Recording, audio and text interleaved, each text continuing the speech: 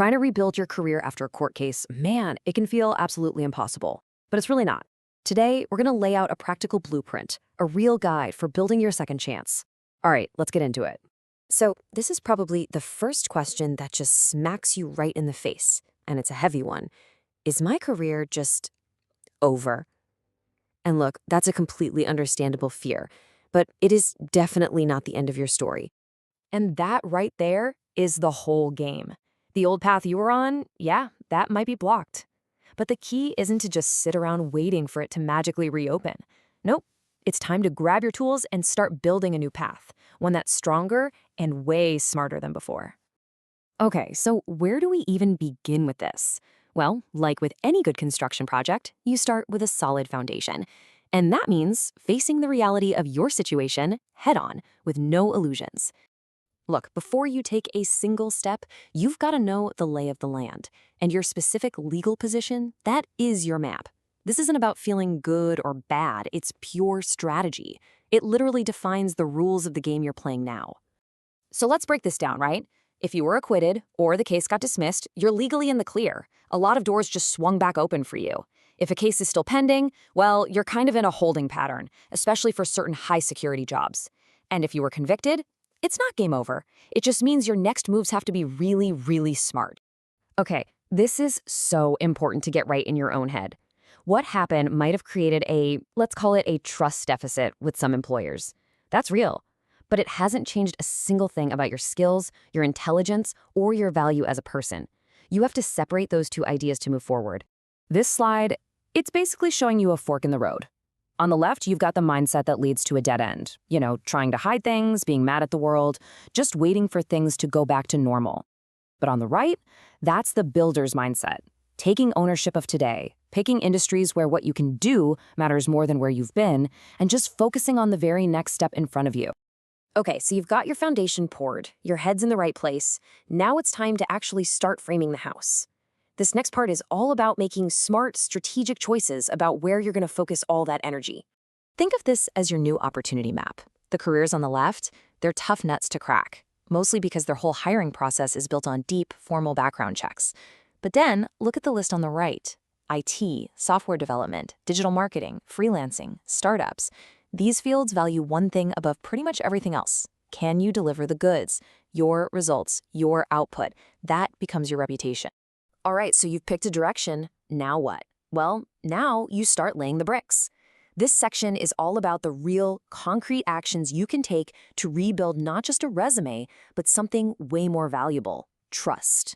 And this quote it nails it. It's not personal. A hiring manager's #1 job is to avoid risk for their company. So your job becomes simple. Make them feel like hiring you is a safe, smart, and low-risk decision. You have to systematically show them you're a good bet. So how do you actually do that? First up, a killer portfolio.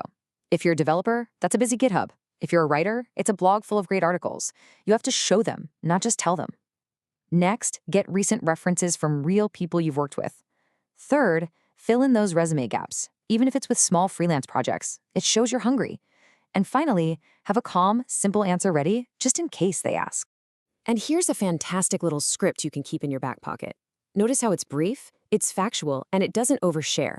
But the most important part, it immediately pivots away from the past and points directly to your skills and your commitment to the future. It's designed to end the conversation, not invite more questions. The really crucial thing to remember here is this.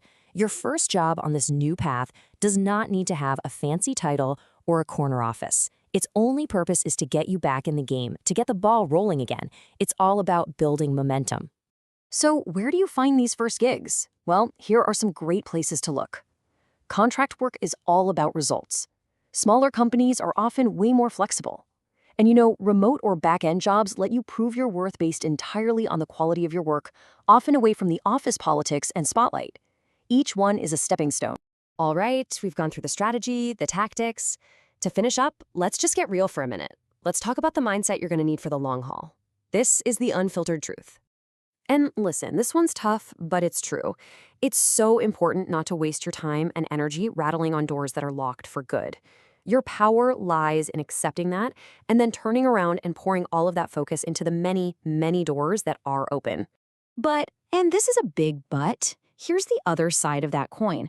This whole journey, it's going to make you more resilient. It's going to force you to learn new things. Heck, it might even push you to start your own business. You could very well discover a path to success you never would have even seen before. Look, your career is probably not going to look like what you imagined 5 or 10 years ago, and that's okay. It's time to just let go of that old picture. The new path is just that. It's different, and it can absolutely still lead to a place that's successful, fulfilling, and stable. At the end of the day, this is the simple math for your comeback. A damaged reputation? It's like a headwind, but it's not a brick wall. And the force that powers you through that headwind is just consistently delivering amazing work. That's it. That wins every single time. And I want to leave you with this one last thought, because it's a powerful one. Right now, your past might feel really loud. Your job isn't to try and shout over it. Your job is to put your head down, get to work, deliver results that are so good they're undeniable, and just let your achievements do the talking for you, because eventually, they'll be the only thing anyone hears.